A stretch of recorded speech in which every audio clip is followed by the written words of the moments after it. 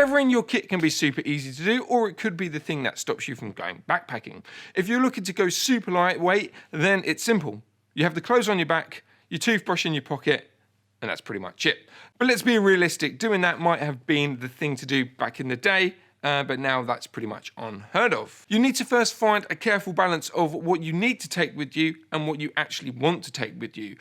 When I'm going off on an adventure, the first thing I do when gathering up my kit is write a list of what I want to take with me. Then I break that list down into 3 sections: essentials, utilities, and luxuries. I take into consideration where I'm going, how long for, the time of year I'll be traveling, and also what stops will be along the way, based on that rough plan of my trip, so that can kind of help me out. Obviously, using this information, I divide my want list between these 3 categories. So let's say I'm backpacking for a week in the UK spring summertime, and I'll be camping. So let's take a look at my list.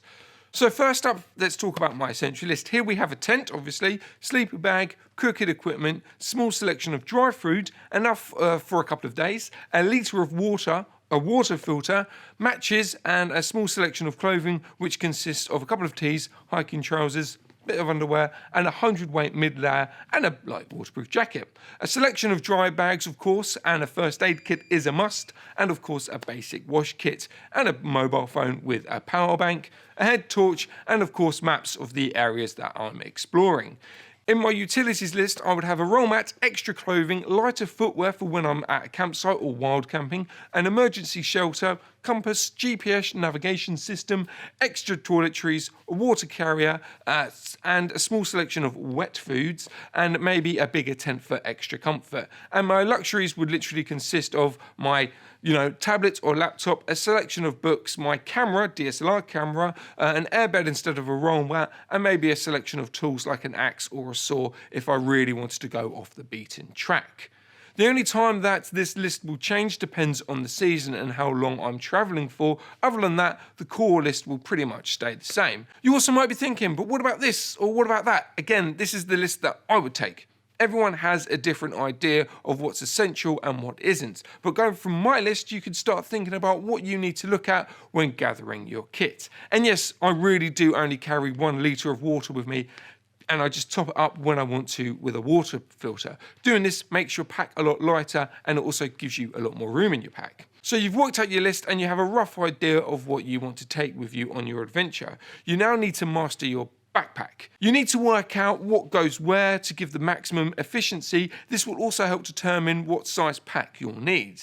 Now, when it comes to pack size, again, each to their own, but if you need a bag that's bigger than a 65 litres, then you're taking way too much stuff.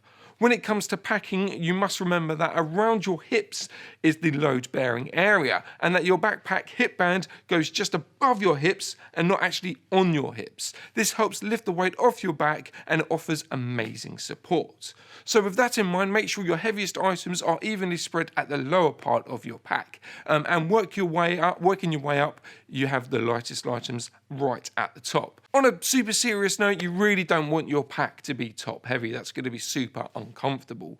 When it comes to organising your kit, dry bags are a lifesaver. Just because your tent comes in a bag doesn't mean it should actually stay in that bag. Break it up, have the poles loose in your pack, and have the inner and outer shell in a dry sack.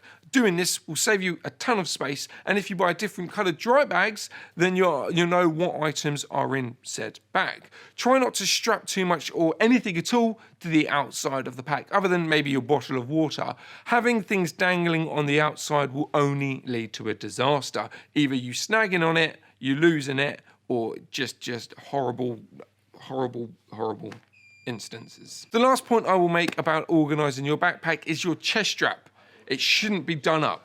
I've seen way too many people with heavy packs on with their chest strap done all the way up, and they always look in pain. If you've packed properly, you won't need to have your chest strap attached or, done up completely. Or if you do, it should be on the widest setting without pulling it across your chest. So we know what to pack, we know how to pack it, and we know the best way to wear your backpack. Now let's break down some of the key items in the essentials list that no matter how long you're hiking for, you'll need to take with you.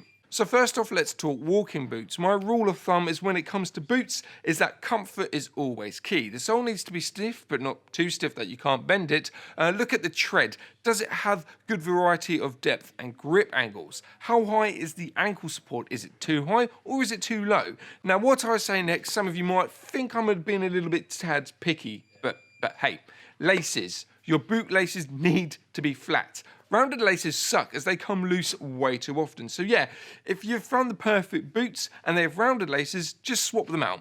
You'll thank me later for it.